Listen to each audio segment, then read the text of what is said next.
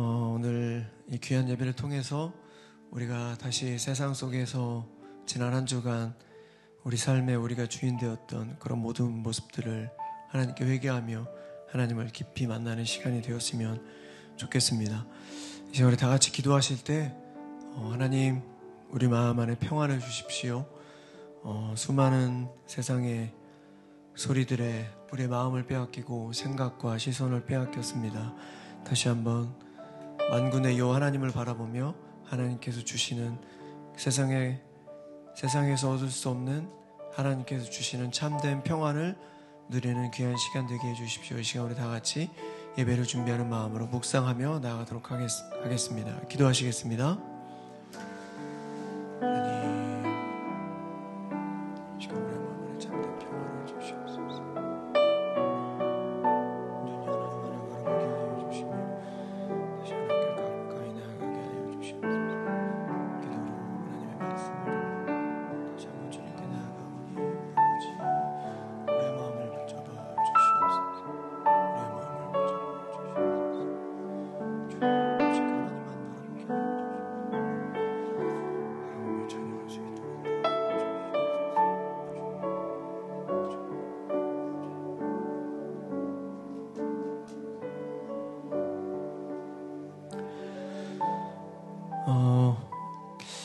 제가 예전에 들었던 설교 중에 그 목사님께서 이런 말씀을 해주셨습니다. 예배는 위로받는 게 아니라 하나님을 높이는 것이다.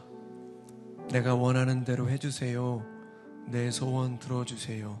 그것은 우상 숭배다. 우상을 하나님으로 바꾼 것 뿐이다. 이런 말씀을 해주셨습니다. 굉장히 조심해야 될 부분인 것 같습니다. 위로받으러 오늘 예배 드리러 가야지.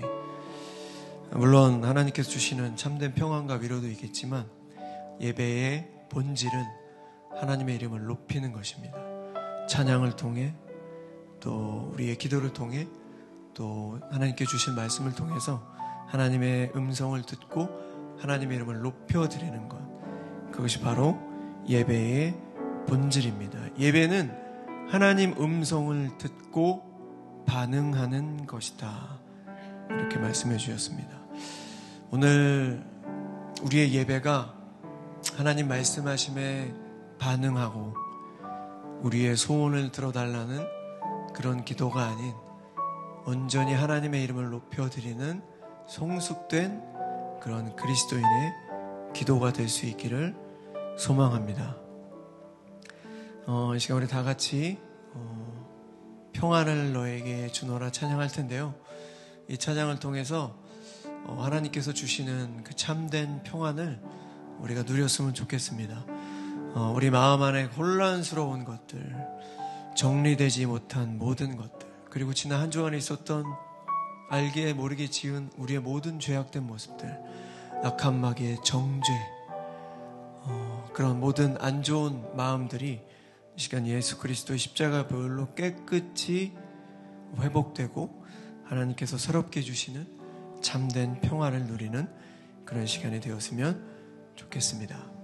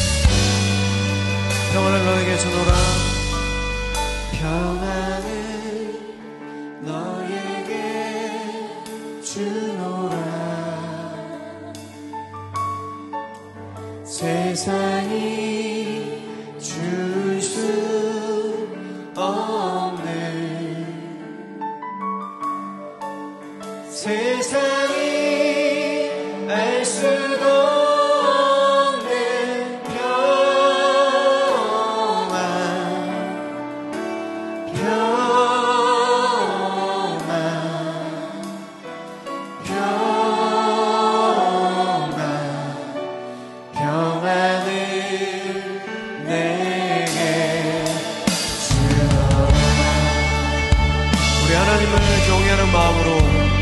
그 자리에 일어나서 우리 찬양합시다.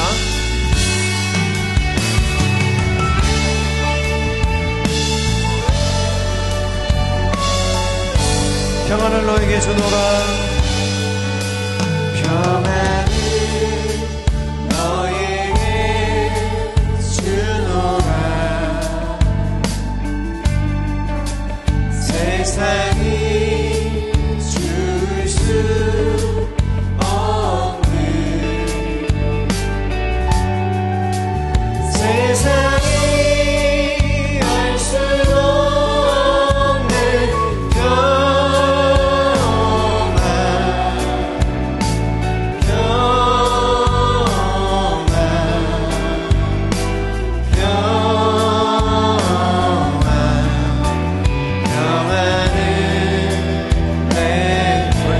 평안을 너에게 주노라. 평안을 너에게 주노라. 세상이 줄 수 없는, 세상이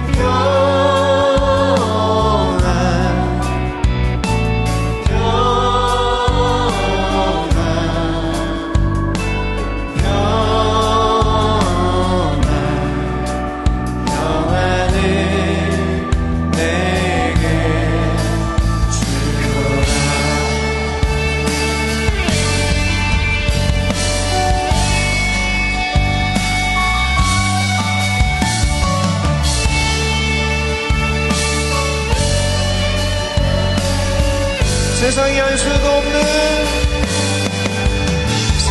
세상이 알 수도 없는 평안, 평안을 내게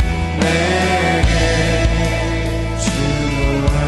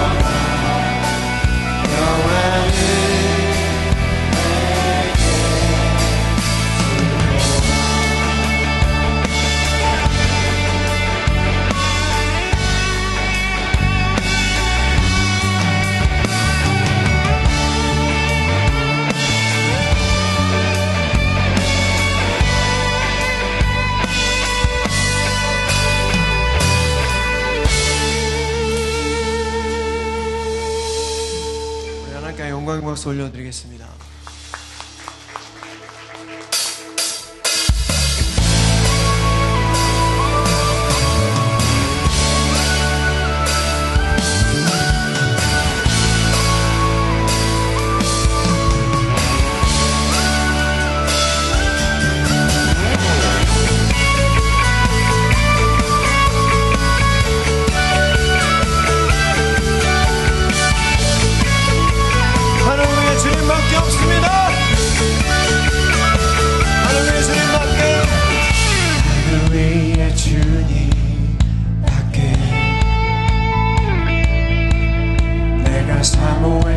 이 세상에 없네.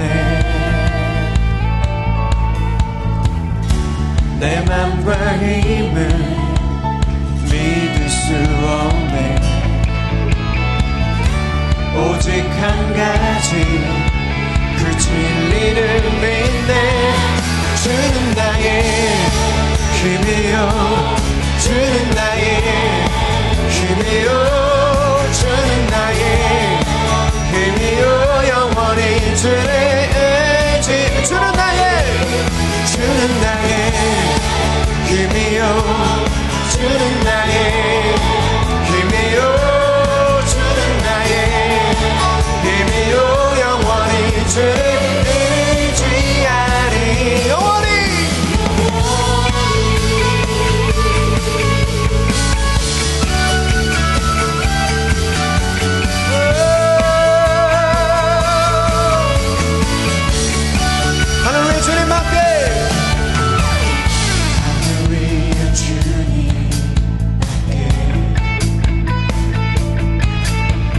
사모한 자 이 세상에 없네.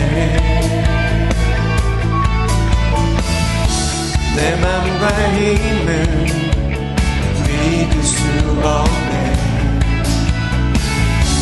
오직 한 가지 그 진리를 믿. 주는 나의 힘이요, 주는 나의 힘이요, 주는 나의 힘이요, 영원히 주는 나의 힘이요, 주는 나의 힘이요, 주는 나의 힘이요, 주는 나의 힘이요, 영원히 주를.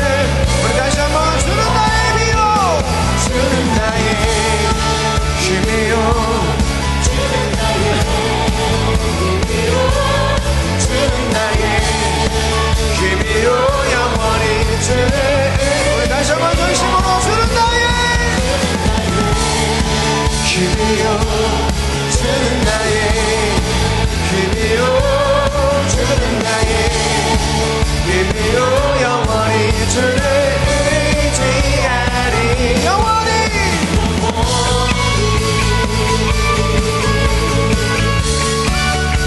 오늘 다시 한번 전심으로 찬양하겠습니다. 하늘 위에 주님밖에.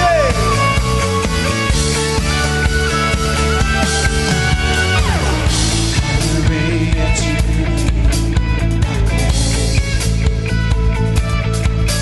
내가 사모한 자 이 세상에 없네. 내 맘과 힘을 믿을 수 없네. 오직 한 가지 그 진리를 믿. 주는 나의 힘이요, 아멘. 힘이요, 주는 나의 힘이요, 영원히 주를 의지. 주는 나의 힘이요, 주는 나의 힘이요, 주는 나의 힘이요, 주는 나의 힘이요, 영원히 주를. 우리 전심으로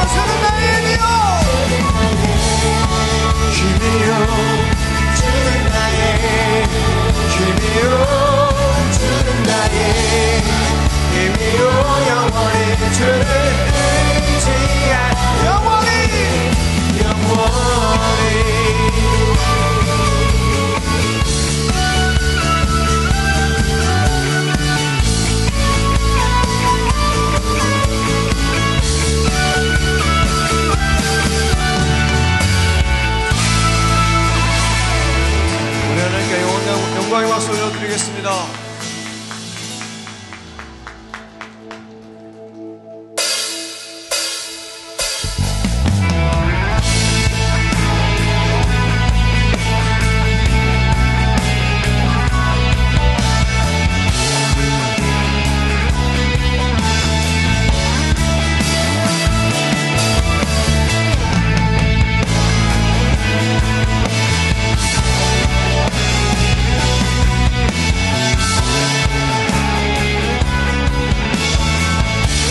주님 큰 영광 받으소서.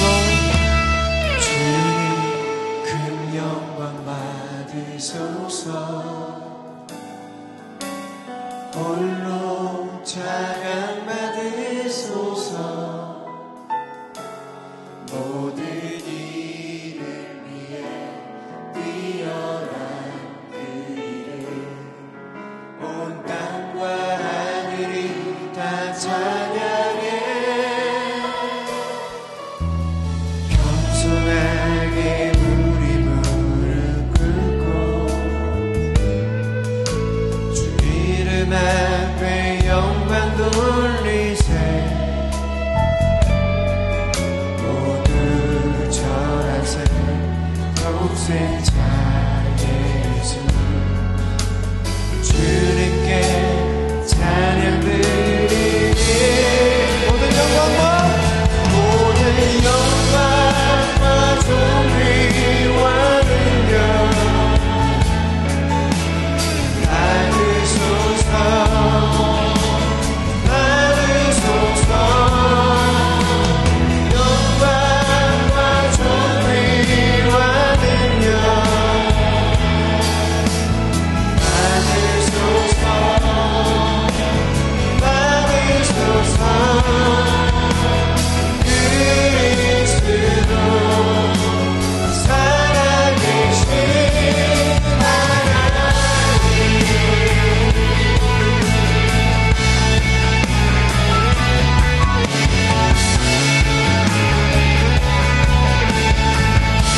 주님 큰 영광 받으소서.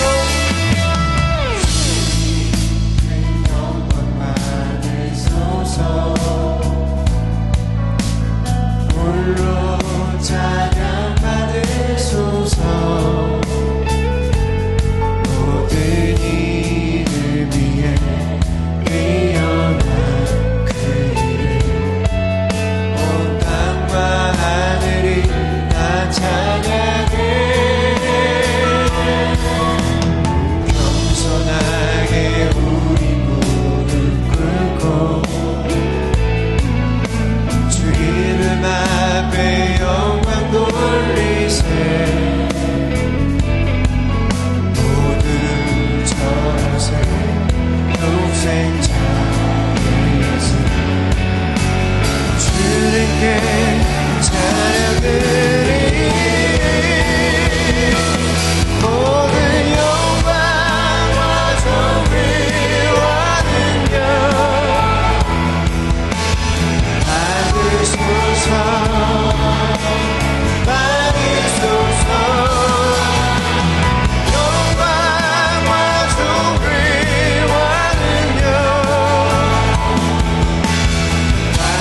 받으소서. 모든 영광과 존귀와 능력. 영광과 존귀와 능력 받으소서. 주님 받으소서. 영광과 존귀와 능력. 영광과 존귀와 능력 받으소서. 그리스도 살아계신 하나님. 그리스도 살아계신. 우리 다시 한번 전심으로 찬양하겠습니다. 모든 영광과 존귀와 능력 받으소서. 주님 받으소서. 영광과 존귀와 능력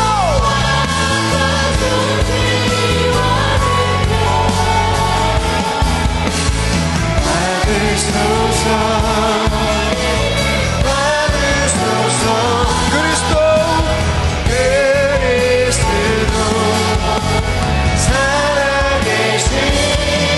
목소리만 다시 한번 전하겠습니다. 모든 영광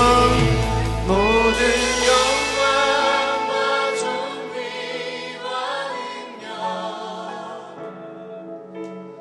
받으소서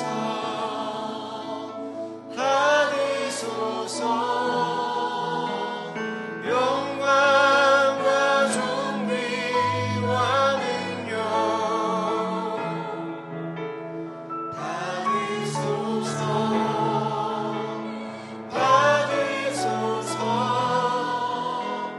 그리스도 살아계신 하나님. 네, 하나님께 영광의 박수 올려드리겠습니다.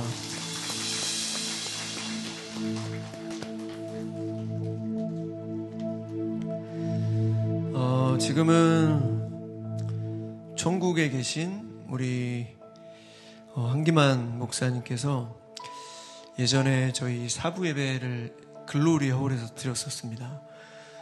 그때 설교 시간에 어떤 말씀을 해주셨냐면, 여러분 예배 준비 잘 하시나요? 예배 드리러 올 때 준비 잘 하고 오시나요? 저는 토요일 저녁에 내일 입고 갈 양복을 깨끗하게 준비를 합니다. 그리고 저녁도 과식하지 않고 그리고 몸을 깨끗이 씻고 정결한 마음을 유지하고 그렇게 해서 토요일을 보내고 그리고 주일 하나님을 예배 드리러 옵니다. 이렇게 말씀을 해주셨습니다. 여러분은 어떠십니까? 수요필 워십, 또 주일 예배, 또 우리 교회 안에 있는 여러 예배들이 있습니다. 우리가 예배자의 모습을 잘 준비하고 오는지 우리 다시 한번 되돌아보는 그런 시간이 되었으면 좋겠습니다. 만군의 여호와 하나님을 만나고 만군의 여호와 하나님을 찬양하는 이 귀한 예배의 자리, 저도 마찬가지고요. 참 많이 부족합니다. 더 거룩하고 성결하게 예배를 준비하는 그런 참된 예배자가 되어야 되겠다, 그런 생각을 오늘 가지게 되었습니다. 우리가 대통령을 만나러 가는 자리라면 우리가 얼마나 신경을 많이 쓰고 또 약속도 잘 지키고 아마 1시간 전쯤 가 있겠죠. 그리고 옷도 가장 점잖고 가장 깨끗한 옷, 가장 점잖은 단정한 모습으로 이제 만나러 갈 텐데, 하물며 천지를 창조하신 만군의 여호와 하나님을 만나고 그분을 찬양하는 이 귀한 예배 자리에 우리가 정말 마음을 다해 기도와 말씀으로 항상 그런 예배자의 모습으로 나와야 되겠습니다. 이 시간에 우리 찬양하실 때 주 하나님 지으신 모든 세계를 찬양할 텐데요, 정말 우리의 모든 마음을 다해서 찬양했으면 좋겠습니다. 하나님, 우리는 부족하고 연약하고 더럽고 추악한 죄인이지만 그럼에도 불구하고 하나님의 은혜로 오늘도 하나님을 찬양합니다. 나를 통하여 하나님 찬양 받아 주시옵소서. 주님의 높고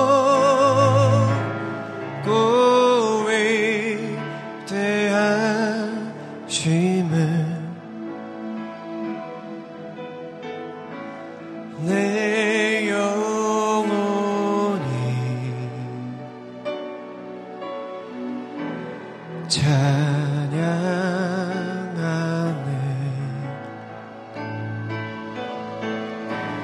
주님의 높고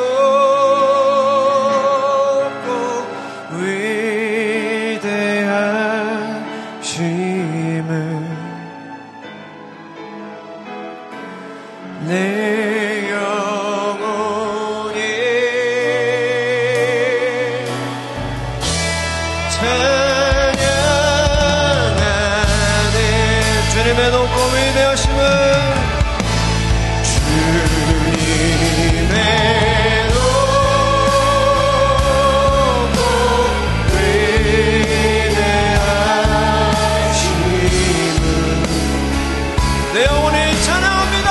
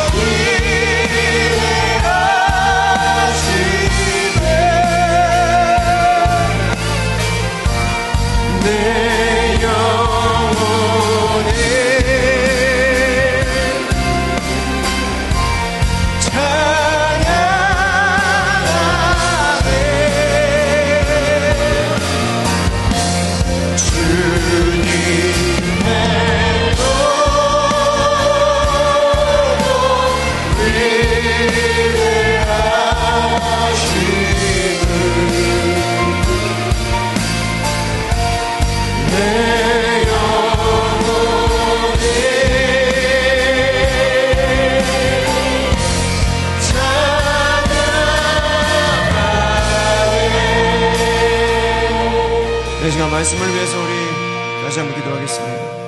하나님 감사합니다. 제가 어찌 하나님을 찬양할 수 있겠습니까? 하나님의 그 거룩하심에 어찌 우리가 하나님을 찬양할 수 있겠습니까?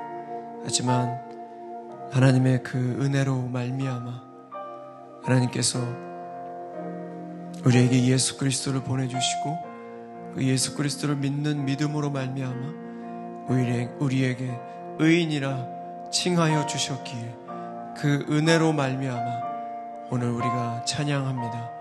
하나님, 우리 생명 다하는 그날까지 하나님을 찬양하는 인생이 되게 해주십시오. 우리의 삶에 우리가 주인 되지 않게 하여 주시고 참된 예배자의 모습을 지켜나가며 이 믿음의 경주, 이 성화의 과정에서 결국은 승리할 수 있도록 이 시간 하나님 도와달라고 이 시간 다같이 우리 간절히 기도하며 나가도록 하겠습니다. 기도하시겠습니다. 사랑의 하나님, 우리의 모든 부족함과 죄악된 모습들을 용서하여 주시고 회복시켜 주시옵소서. 전지전능하신 하나님을 우리 생명 다하는 날까지 찬양하게 하여 주시고 오직 하나님의 영광을 위하여 살아가게 하여 주시옵소서. 내 삶에 내가 주인 되지 않게 하여 주시고 오직 하나님께서 내 인생의 참된 주인 되어 주시옵소서. 은혜가 부족한 나의 삶을 붙잡아 주시고 성령 충만함으로 함께하여 주시옵소서. 기업에 나아가는 귀한 시간 되어줄 수 있도록 하나님의 말씀을 역사하여 주시옵소서. 하나님의 바라고 의지하고 신뢰합니다. 하나님 예배자리 가운데 이 말씀을 역사하여 주시옵소서.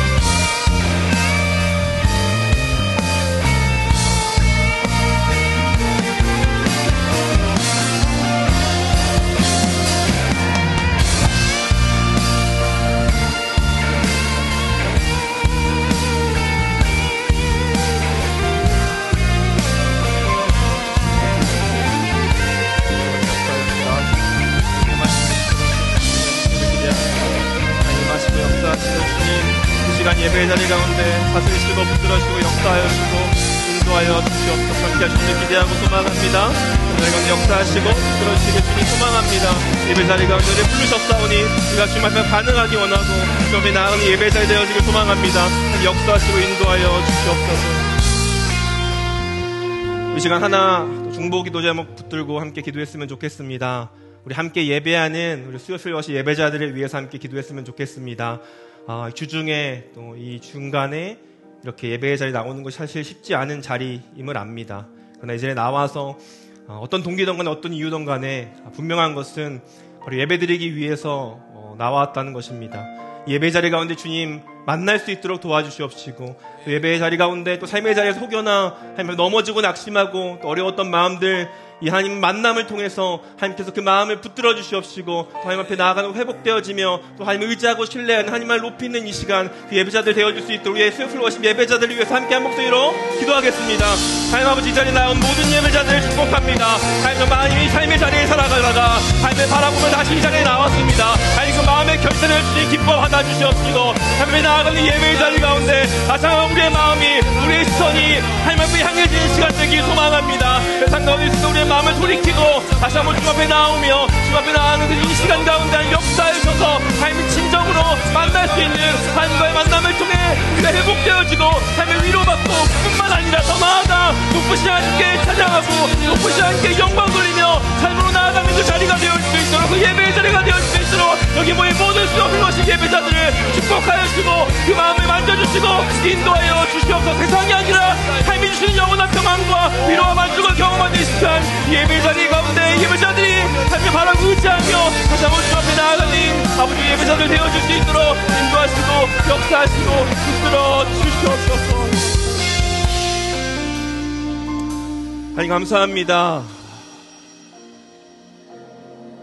매번 예배 자리에 설 때마다 하나님의 그 은혜에 감사할 수밖에 없음을 고백합니다. 예배 자리에 나아갈 수 없고 능력 없는 우리임에도 불구하고 죄인인 우리임에도 불구하고 하나님 예배할 수 있도록 이 자리에 초청해 주신 초대해 주신 감사합니다. 예배 자리에 다시 한번 우리의 몸과 마음을 들이며 하나님 바라보길 소망합니다. 하나님과의 만남을 통해서 아버지가 세상 가운데 있었던 그 낙심된 마음들 어려웠던 마음들 회복되어지고 그것을 끝나는 것이 아니라 위로보고 끝나는 것이 아니라 높으신 하나님을 바라보며 높으신 하나님을 위해 살기를 결단하고 나아가는 그 예배의 시간 될 수 있도록 인도하시고 역사하여 주시옵소서. 오늘 그렇게 임하실 임재하실 주님 기대하고 소망하며 이 모든 말씀 주 예수 그리스도 이름으로 기도드립니다. 아멘. 네, 오랜만에 뵙습니다. 오랜만에 또 예배자에서 함께 예배드리게 하시면 감사합니다. 오늘 함께 보실 말씀은 당신은 누구십니까? 라는 제목으로 말씀을 좀 나누기 소망합니다. 창세기 17장 1절부터 9절 말씀인데요. 제가 한 절, 우리 또 한 절씩 번갈아가면서 읽고 마지막 9절은 함께 읽도록 하겠습니다. 제가 먼저 읽겠습니다. 아브라함이 99세 때 여호와께서 아브라함에게 나타나서 그에게 이르시되 나는 전능한 하나님이라 너는 내 앞에서 행하여 완전하라.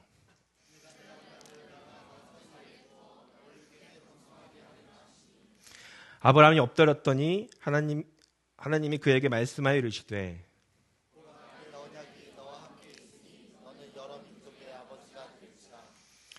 이제 후로는 내 이름을 아브라함이라 하지 아니하고 아브라함이라 하리니 이는 내가 너를 여러 민족의 아버지가 되게 함이니라.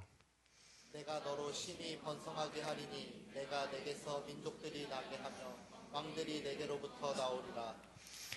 내가 내 언약을 나와 너 및 대대 후손 사이에 세워서 영원한 언약을 삼고 너와 내 후손의 하나님이 되리라. 내가 너와 내 후손에게 내가 거류하는 이 땅 곧 가나안 온 땅을 주어 영원한 기업이 되게 하고 나는 그들의 하나님이 되리라. 네, 함께 읽겠습니다. 시작. 하나님이 또 아브라함에게 이르시되 그런즉 너는 내 언약을 지키고 내 후손도 대대로 지키라. 아멘. 네, 반갑습니다. 우리 말씀을 시작하면서 제가 질문을 하나 드려보려고 합니다. 우리가 보통 어떤 일을 이제 시작하게 될 때에 가장 중요한 것이 있다면 무엇일까요? 어떤 일을 시작하게 될 때 가장 중요한 것이 있다면 속으로 한번 대답해 보시겠습니까? 내가 어떤 일을 시작해야 되는데 그 시작할 때에 가장 중요한 것이 있다면 네, 뭘까요? 바로 내가 누구인지 주제 파악을 하는 것이 가장 중요한 것 같습니다. 왜냐하면 내가 누구인지 정확히 파악해야 내가 어떤 일을 해야 하는지 구체적으로 파악할 수 있고 또 어떻게 이 일을 해야 할지 정확한 방향성이 생기기 때문입니다. 그리고 보통 오늘 말씀의 이제 제목이었는데요. 오늘 말씀의 제목 뭐였을까요?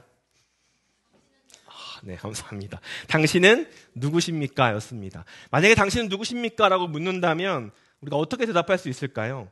제가 한번 물어보겠습니다. 한번 속으로 또는 입술을 통해서 말씀하셔도 좋고요. 한번 물어보겠습니다. 당신은 누구십니까? 속으로 또는 입술로 대답해 보시면 좋겠습니다. 당신은 누구십니까? 네, 누구십니까? 네, 생각하셨나요? 네, 누군가 나에게 당신 누구십니까? 물어본다면 어떤 대답을 할지. 보통 어떤 대답을 보통 하게 될까요? 네, 맞습니다. 당신 누구십니까? 물어보면 저는 이석환입니다. 이렇게 이름을 보통 자신의 이름을 이야기합니다. 나를 나타내고 소개할 때 자신의 이름을 가장 먼저 말하죠. 그것이 바로 우리의 정체성이기 때문인데요.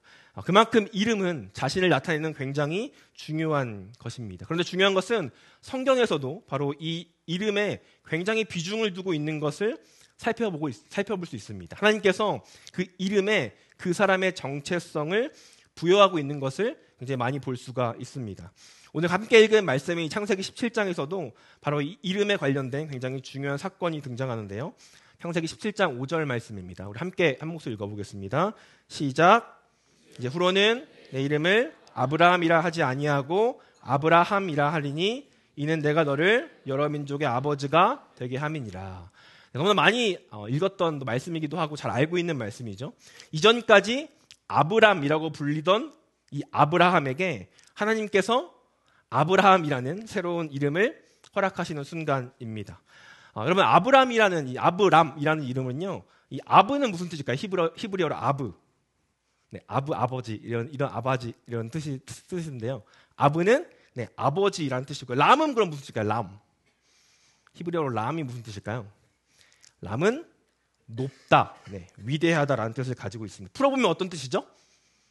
네, 위대한 아버지, 높은 아버지라는 뜻을 가지고 있는 것입니다. 그런데 이제 하나님께서 이 아브람이라는 이름을 뭘로 바꿔주시죠?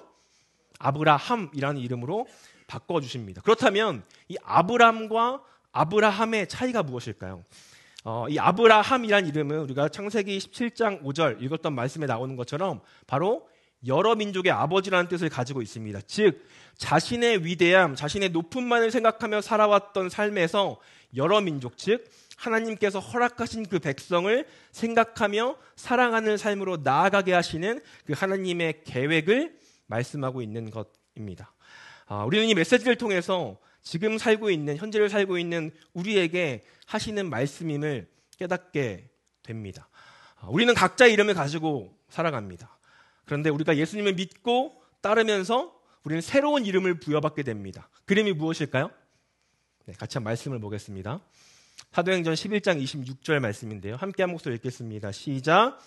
만남에 안디옥에 데리고 와서 둘이 교회에 1년간 모여있어 큰 무리를 가르쳤고 자들이 안디옥에서 비로소 그리스도인이라 일컬음을 받게 되었더라.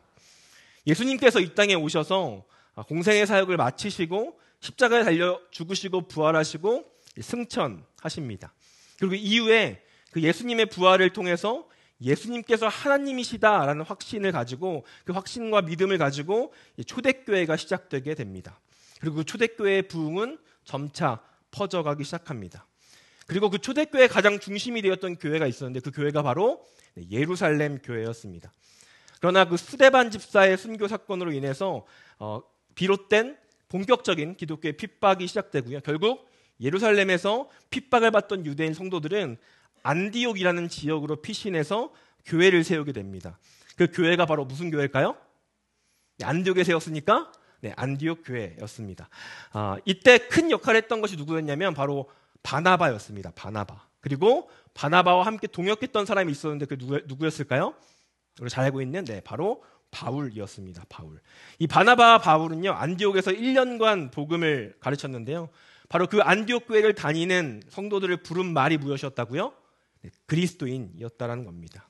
이후에 이 안디옥 교회는 이방인 선교의 중심이 되는 교회로 성장하게 됩니다. 그렇습니다. 우리가 이것을 보면서 우리도 이전에는 세상에서 살다가 세상의 자녀로 살다가 예수님을 믿은 후에 뭐가 되었다고요? 그리스도인이 되었습니다. 자, 그렇다면 여러분, 많이 우리가 얘기하는 그리스도인, 크리스천, 과연 누구를 얘기하는 걸까요? 함께 좀 정확하게 한번 짚고 넘어가면 좋겠습니다. 함께 같이 한번 읽어보겠습니다. 그리스도는 누구인가? 시작. 예수 그리스도를 믿고 따르는 사람들. 누구를 믿고 따르는 사람들이요? 예수 그리스도를 믿고 따르는 사람들이라는 것입니다. 하나님께서 이 아브라함에게 아브라함이라는 이름을 새로 허락해 주신 것처럼 우리에게도 동일하게 그리스도인이라는 이름을 새롭게 허락해 주셨습니다. 그렇다면 이 그리스도인이 된다는 것은 어떤 것을 의미할까? 고린도서 5장 17절 말씀인데요. 함께 한 목소리 읽겠습니다. 시작. 그런즉 누구든지 그리스도 안에 있으면 새로운 피조물이라. 이전 것은 지나갔으니 보라 새 것이 되었도다. 그리스도인을 무엇이라고 정의하고 있냐면 그리스도인은 그리스도 안에 있는 뭐라고요? 네, 새로운 피조물이라고 말씀하고 있습니다. 여러분, 그리스도인이 된다는 것은요, 바로 변화를 의미합니다. 내가 변화되었다는 것을 의미하는 것입니다. 새로운 피조물은 무엇이죠? 다시 태어났다라는 것을 의미하는 것입니다. 그리고 우리의 그 변화는 바로 하나님의 신실하신 약속에 근거합니다. 다시 한번 아브라함의 이야기로 좀 돌아가서요. 창세기 15장 17절 말씀인데요. 제가 한번 읽겠습니다. 창세기 15장 17절 말씀입니다. 해가 져서 어두울 때 연기나는 화로가 보이며 타는 횃불이 쪼갠 고기 사이로 지나더라. 여러분, 이 말씀 혹시 기억나시나요? 네, 몇 주 전에 우리 했던 말씀일까요? 네, 2주 전에 우리 스요필 워십에서 나눴던 말씀이었습니다. 어떤 상황이었죠? 바로 하나님께서 아브라함과 하신 그 언약의 상황이었습니다. 하나님께서 아브라함과 언약을 맺는 장면이었는데요. 그런데 우리가 여기서 주목해야 할 것은 무엇이냐면 그 언약의 주체와 실행하신 분이 누구신가라는 것입니다. 이 언약의 주체가 누구셨죠? 언약을 누가 이끄셨죠?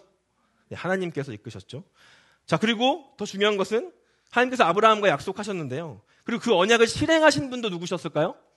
네, 바로 하나님이셨습니다. 원래는 재물을 쪼개고 그 사이를 아브라함이 지나가야 했지만 하나님께서 직접 지나가심으로 아브라함이 가지고 있는 재물 사이로 그 횃불 하나님께서 직접 지나가심으로 그 언약을 이루셨다라는 것입니다. 여러분, 이것이 바로 우리를 부르시고 우리를 하나님의 자녀가 되게 한 언약을 의미하는 것입니다. 이것을 지금으로 바꿔 말하자면 바로 복음을 믿음으로 얻는 그 구원의 약속을 의미하고 있다는 것입니다. 여러분, 복음 많이 들어봤죠, 그죠? 여러분, 복음을 세 단어로 딱 정리하자면 어떻게 표현할 수 있을까요? 복음 내용 길지만 딱 세 단어로, 핵심적인 세 단어로 표현하자면 복음을 뭐라고 할 수 있을까요? 네, 일단 예수님 들어가 있죠. 예수님의 뭐 힌트입니다. 뭘까요? 예수님의 십자가. 네, 맞습니다. 예수님의 부활. 마지막 예수님의 뭘까요? 네, 맞습니다. 예수님의 재림입니다. 복음을 간단하게 세 단어로 말하자면 이겁니다. 예수님의 십자가, 예수님의 부활, 예수님의 재림, 다시 오심이라는 것입니다. 여러분, 이 복음, 우리가 그래서 복음이라고 합니다. 예수님께서 십자가에 죽으시고 3일 만에 부활하시고 다시 오시겠다는 이 약속을 우리는 복음이라고 한다라는 것이죠. 그리고 그 복음을 믿는 자는 어떻게 된다고요? 구원을 주시겠다고 약속하셨습니다.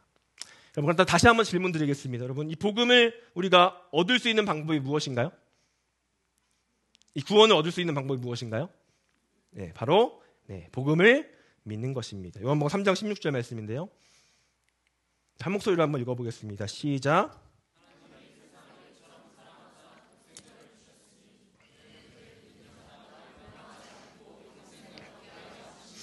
네, 말씀 가운데 뭐라고 분명하게 얘기하시죠?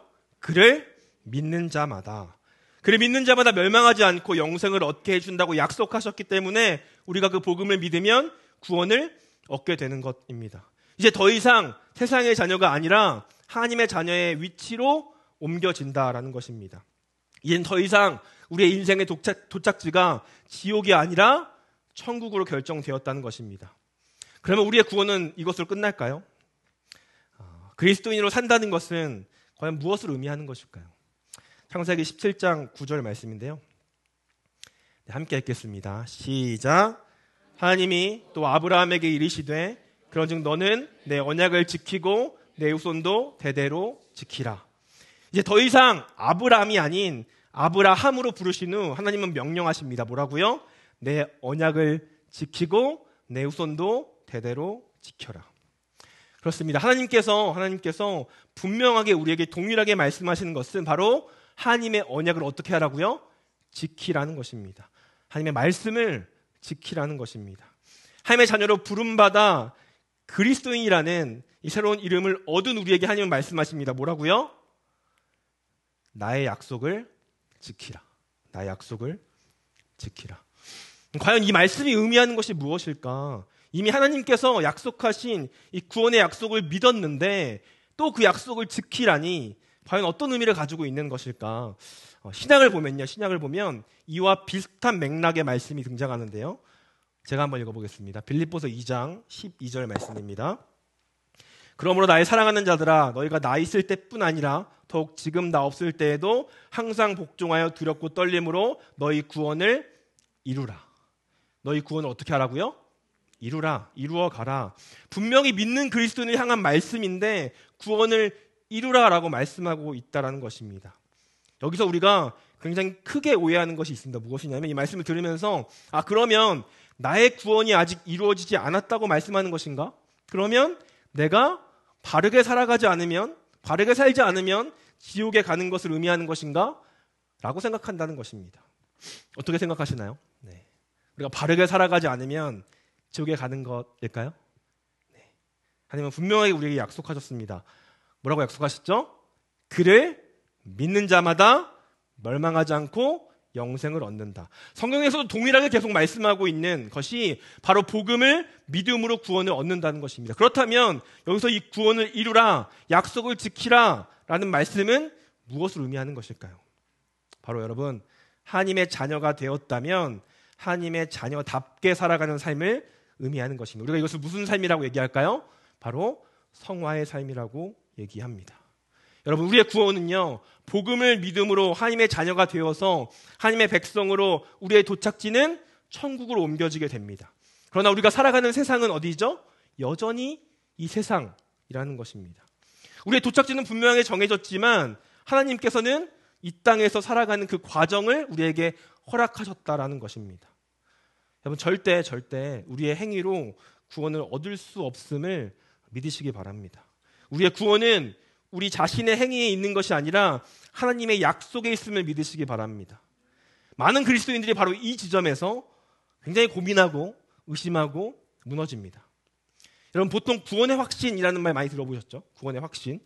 구원의 확신이라고 하는 것이 바로 우리의 삶을 돌아봤을 때에 여전히 죄짓고 하나님의 말씀을 온전히 살아내지 못하는 나에게 향해 있으므로 나 구원받는 거 맞나?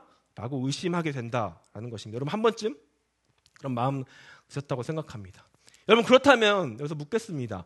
왜 구원의 확신이 우리에게 중요할까요? 이 구원의 확신을 갖는 것이 왜 우리에게 중요할까? 여러분, 함께 나누기 소망합니다. 우리 함께 읽어보겠습니다. 구원의 확신이 중요한 이유. 시작. 내가 바로 하나님의 자녀임을 확신하고 그 정체성으로 살아가게 하기 때문에.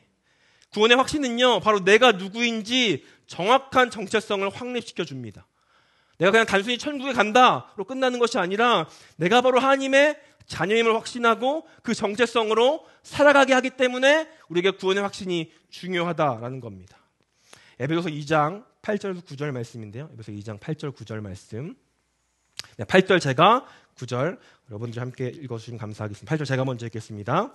여러분은 믿음을 통하여 은혜로 구원을 얻었습니다. 이것은 여러분에게서 난 것이 아니요 하나님의 선물입니다. 9절 시작.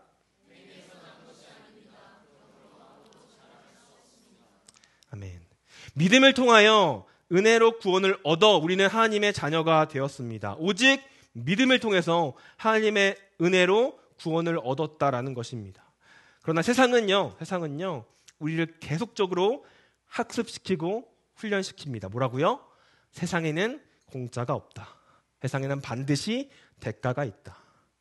네, 여러분, 물론 이 세상 안에서 이 세상의 것은 공짜가 없을 수 있습니다. 그러나 하나님께서 우리에게 그 구원의 은혜를 선물로 허락해 주셨다라는 것입니다. 세상의 논리로, 세상의 이해로 설명할 수 없는 그 방법으로 우리를 구원해 주신 것이라는 것입니다.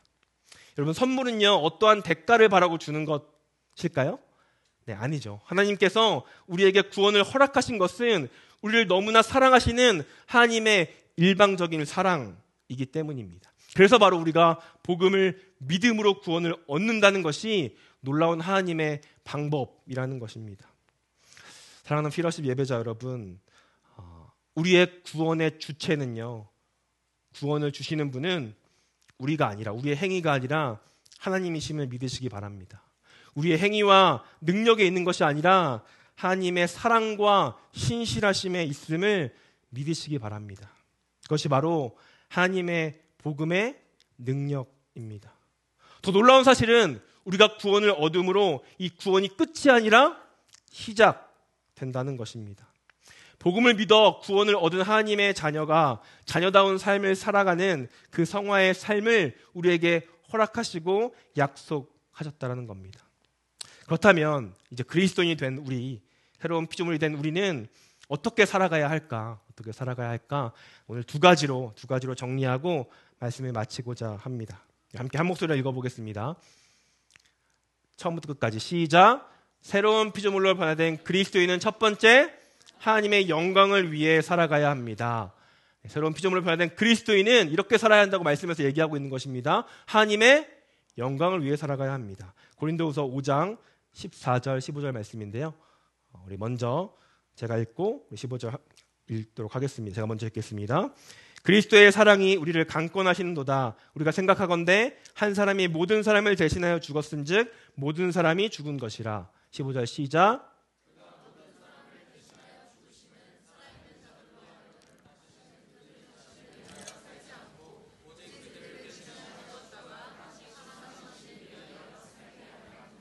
네, 조금 더 쉬운 이해를 돕기 위해서 제가 메시지 성경으로 한번 읽어보겠습니다. 잘 따라오시면 좋겠습니다. 메시지 성경입니다.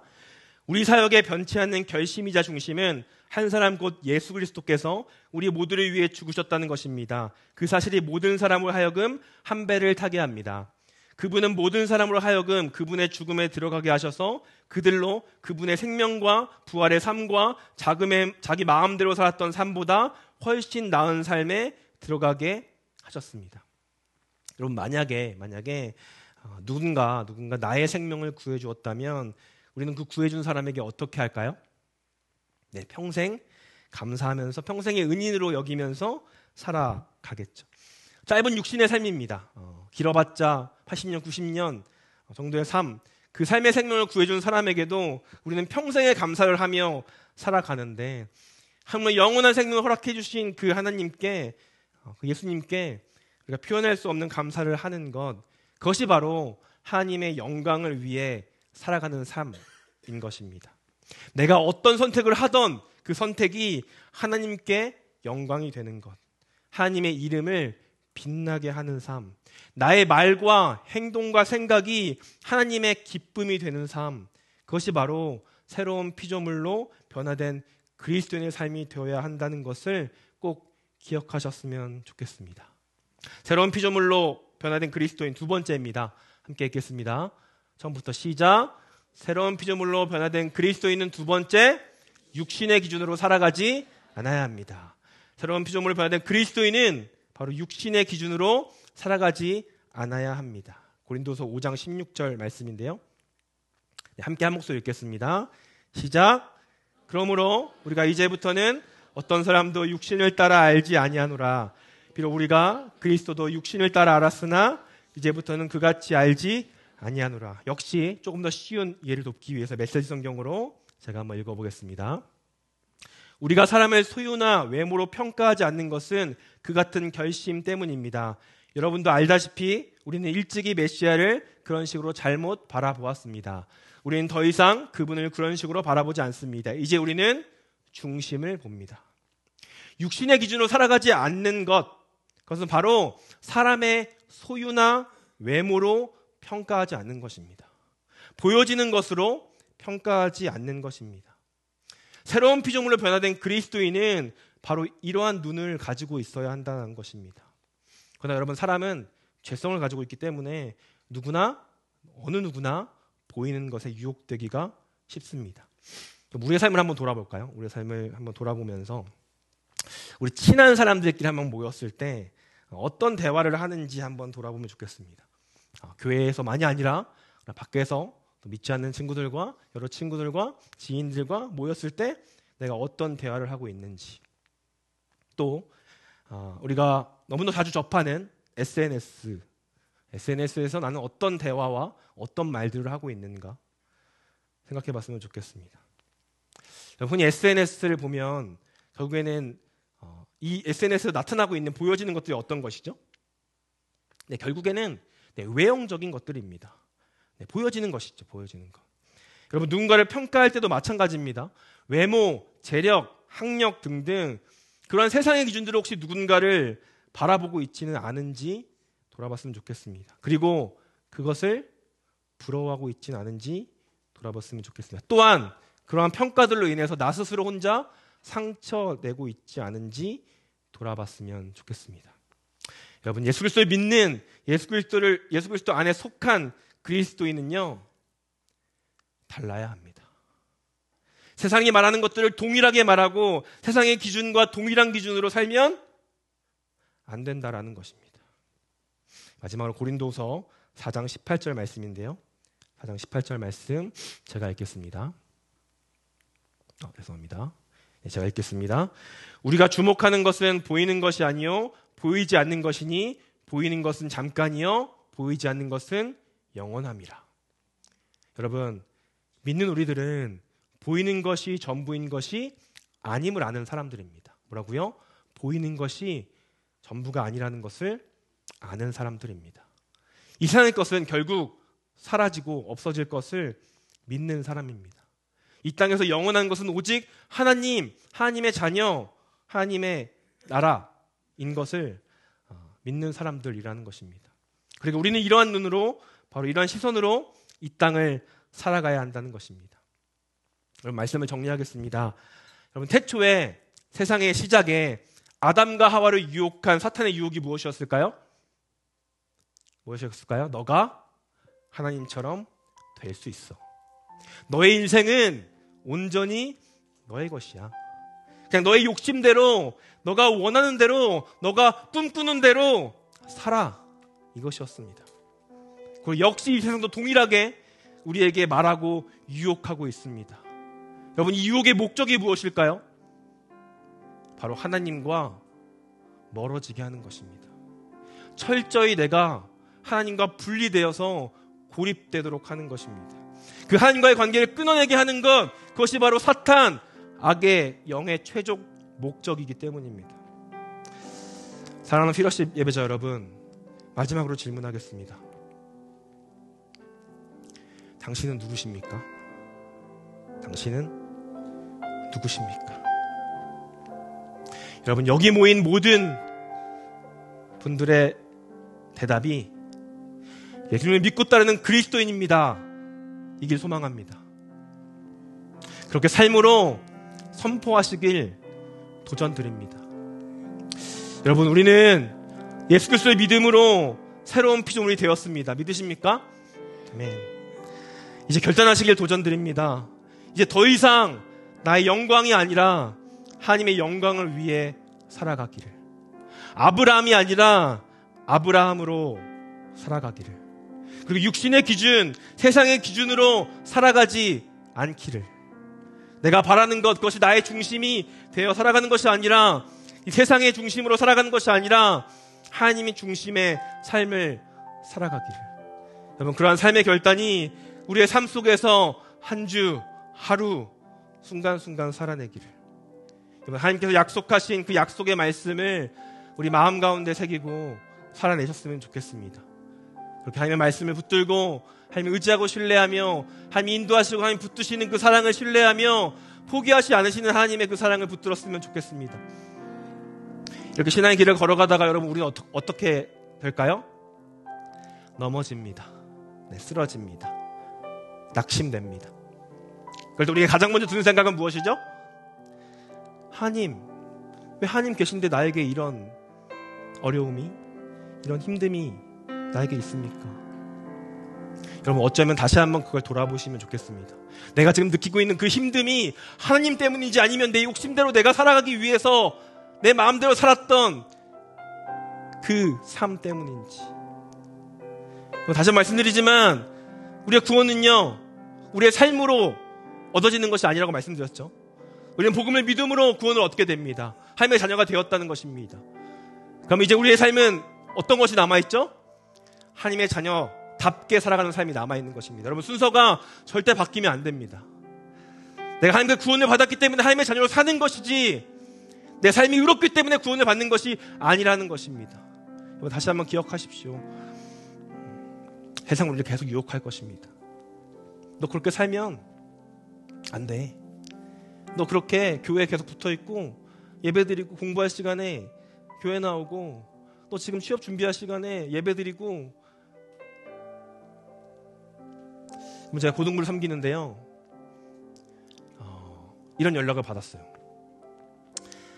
그 친구가 이제 제가 중등부 섬겼을 때 중등부에 나왔던 친구인데 거의 중등부를 나오지 않았습니다.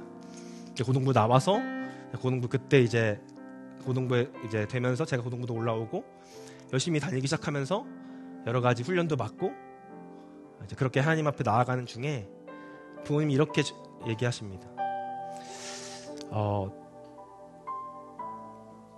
예전에는 교회 나가지 않아서 걱정됐는데 이제는 교회를 너무 붙어 있어서 걱정이 돼요. 이제 공부해야 될 시기인데 교회에 붙어 있는 게 맞나요? 라고 얘기를 하십니다. 믿는 부모님입니다. 물론 그 부모님의 어떤 마음, 자식을 향한 마음 이해합니다. 근데 여러분, 진짜 중요한 것이 무엇일까요?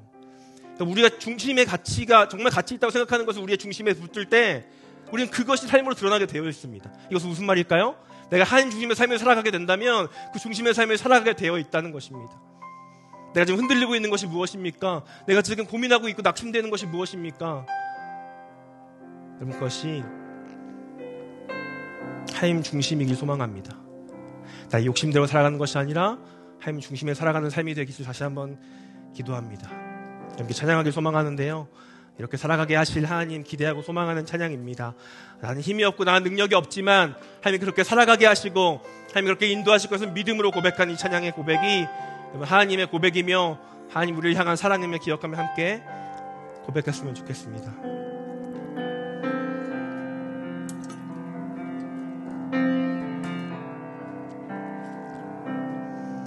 나의 사랑, 너는 어여쁘고 참 귀하다. 어느 보석보다 귀하다. 내가 사랑스럽지 않을 때 너를 온전히 사랑하고 너와 함께하려 내가 왔노라. 주의 사랑, 주의 사랑, 이 사랑은 결코 변치 않아. 모든 계절 돌보시네. 푸른 마르고 꽃은 시드나 주의 말씀은 신실해. 실수가 없으신 주만 바라라. 주님의 나라와 주님의 나라와 뜻이 나의 삶 속에 임하시며 주님 알기를 주만 보기를 소망해.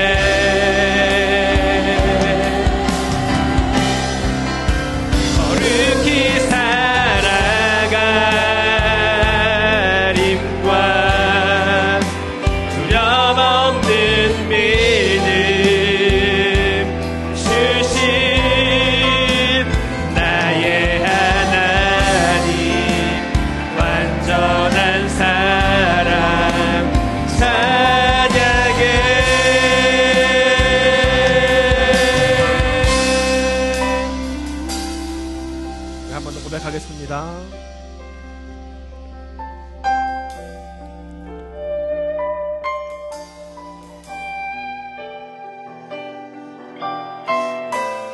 우리 향한 하나님의 고백임을 신뢰하며 함께 찬양하겠습니다. 나의 사랑,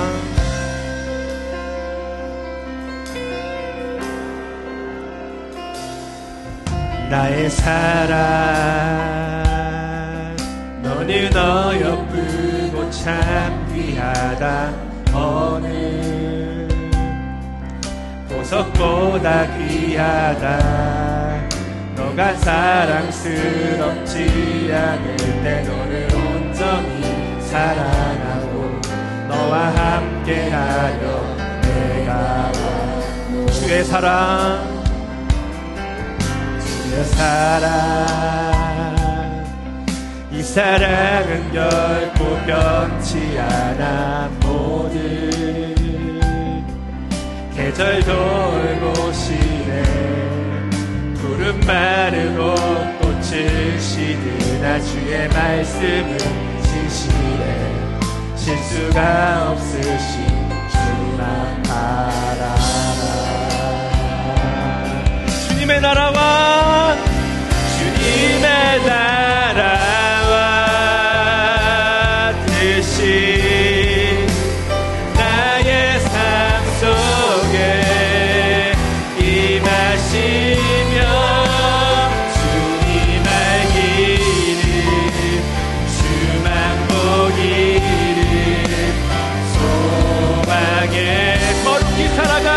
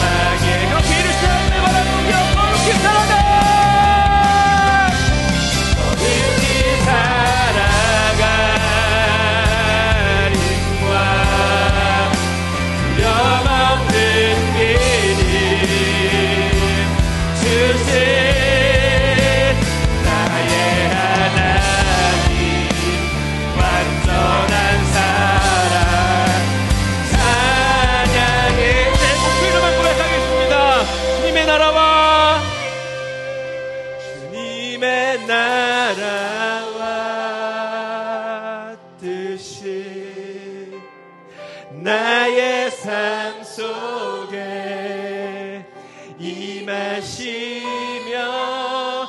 주님 알기를 주만 보기를 소망해 거룩히 살아가 거룩히 살아가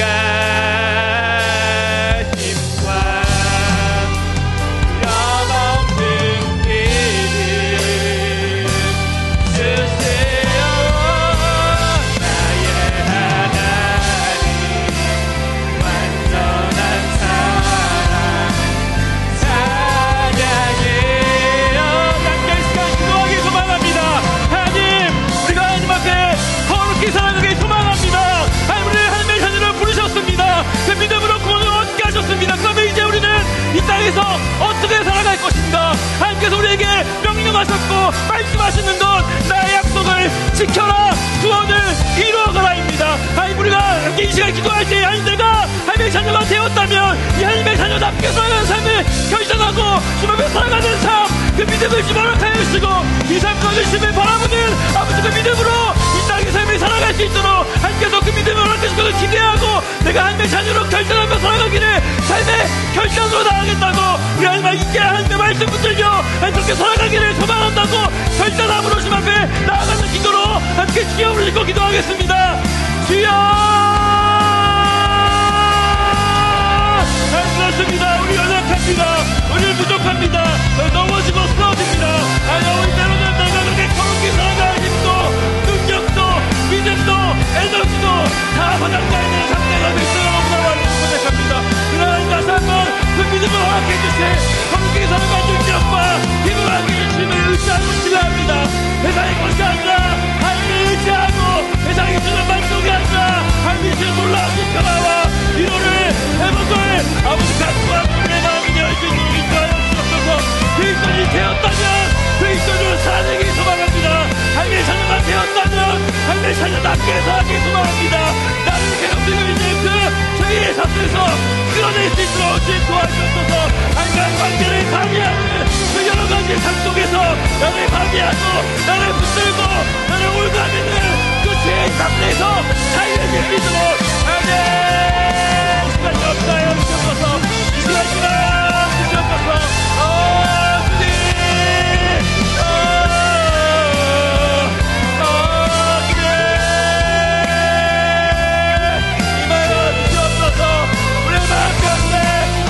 주님 하나님 앞에 끊어내지 못하는 것들이 있습니다.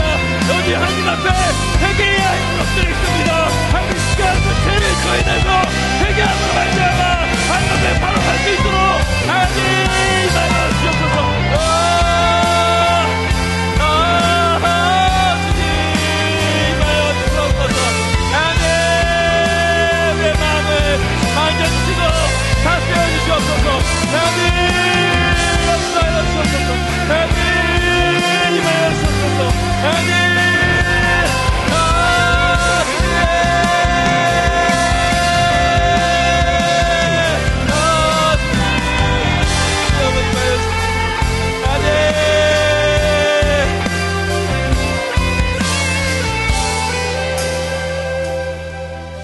우리 마지막으로 하나 더 기도했으면 좋겠습니다. 여러분 우리의 예배는 이 주여풀 워십으로 끝나는 것이 아닙니다. 우리 예배는 주일 예배로 끝나는 것이 아닙니다. 우리의 예배는 삶으로 드리는 것입니다. 여러분 우리가 그런 기대와 소망을 가졌으면 좋겠습니다. 슬피 워십 예배에 나오지만 이것이 예배가 끝나고 돌아섰을 때에 내 마음 가운데 말씀이 전혀 남지 않고 이전과 다른 삶이 아닌 똑같은 삶으로 살아가고 있는 우리를 발견하게 될 때 우리 다시 한번 깨닫게 도와주셔서 새로운 피조물이 되게 하신 하나님을 의지하고 신뢰하며 이제는 내가 지금까지 하나님 앞에 바르지 못한 것들 하나님 앞에 죄 지었던 것들 변화될 수 있는 마음을 허락하여 주시옵소서. 그 회개하는 마음으로 돌이켜서 하나님 앞에 고침으로 나아갈 때에 이전과 다른 이전과 변화된 나의 거룩한 삶이 될 수 있게 해달라고 우리가 다시 한번 우리의 삶을 놓고 하나님 앞에 시험을 듣고 기도하겠습니다. 주여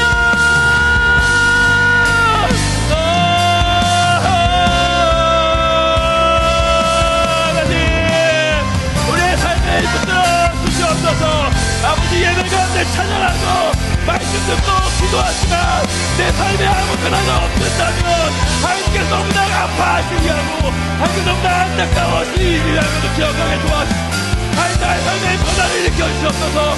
아버지가 복음의 씨앗이 자라나 열매 맺게 해줄 수 있도록 하나님 역사하시고 인도하여 주옵소서. 나는 연락합니다. 부족합니다. 그 나의 의지하고 기대할 때 그 성령님께서 나를 인도하여 주시고 이끌어 주시고 함께 해주시는 믿기를 소망합니다. 이제는 권한되길 소망합니다. 이제는 이전과 다른 새로운 믿음의 삶을 살아내길 소망합니다. 하나님 이 밤 하나님을 의지하고 신뢰하는 밤 하나님 아버지 앞에 다시 한번 회개하고 깨닫고 돌이키는 역사가 일어날 수 있도록 그 죄를 긁고 나의 적박했던 그 죄의 나무를 못들고 삶의 삶으로 나아가는 삶이 되어주기를 하나님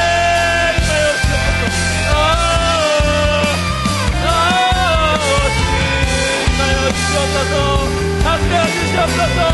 인도하여 주시옵소서. 주님 마음을 만져주시고 우리 역사에 오셔서 우리의 삶을 가슴을 주시옵소서. 변화시켜 주시옵소서. 주님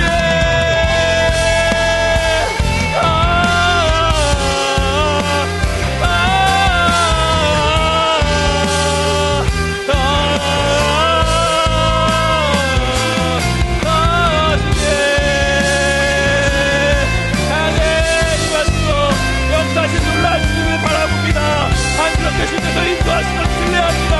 역사하시는 믿습니다. 그 믿음을 우리에게 허락하여 주옵소서. 삶의 자녀가 되어서 그리스도인이 되어서 너가 그 삶으로 나아간 삶을 통해 이 세상이 하나님을 알고 이 세상이 예수 그리스도를 아는 그 그리스도의 삶을 살아낼 수 있는 힘과 능력과 마음을 주어주시옵소서.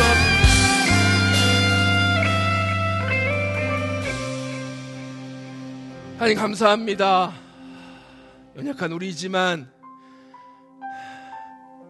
우리를 사용하신 하나님, 매번 하나님 앞에 기도할 때마다 하나님께 주시는 마음, 내가 필요해서 하나님께 사용하시는 것이 아니라 하나님 사랑하셔서 나를 사용하신다는 사실, 하나님 그것을 우리가 믿음으로 신뢰하길 소망합니다. 하나님 우리가 삶으로 살아낼 때에 하나님을 의지하고 신뢰하며 하나님의 약속을 붙들고 하나님의 말씀을 지켜내길 소망합니다. 그 말씀 우리의 마음을 밝히고 하나님이 원하시는 그 삶을 살아내는 그 선한 하나님 새로운 그리스도인의 삶으로 나아갈 수 있도록 도와주시옵소서. 하나님의 자녀가 되었다면 하나님의 자녀다운 삶을 살기를 갈망하고 기대하고 소망하며 나아간 우리의 삶 되어질 수 있도록. 당신은 누구십니까? 물었을 때 나는 예수 그리스도를 믿고 따르는 그리스도인입니다 라는 이 고백이 입술의 고백만이 아니라 우리의 삶의 고백이 될 수 있도록 인도하여 주시옵소서. 이제는 주 예수 그리스도의 크신 은혜와 하나님의 놀라우신 사랑과 예수 그리스도 하나님께서 허락하신 성령의 내주교통 인도하심이 다시 한번 하나님 그리스도인으로서 우리의 기준이 육신의 기준이 아니라 하나님을 따라 살아가며 우리의 영광이 아니라 하나님의 영광을 위해 살아가길 결단하고 소망하는 이 모든 소필 워십 예배자 위에 영원토록 함께하기를 주 예수 그리스도 이름으로 축원하옵나이다. 아멘.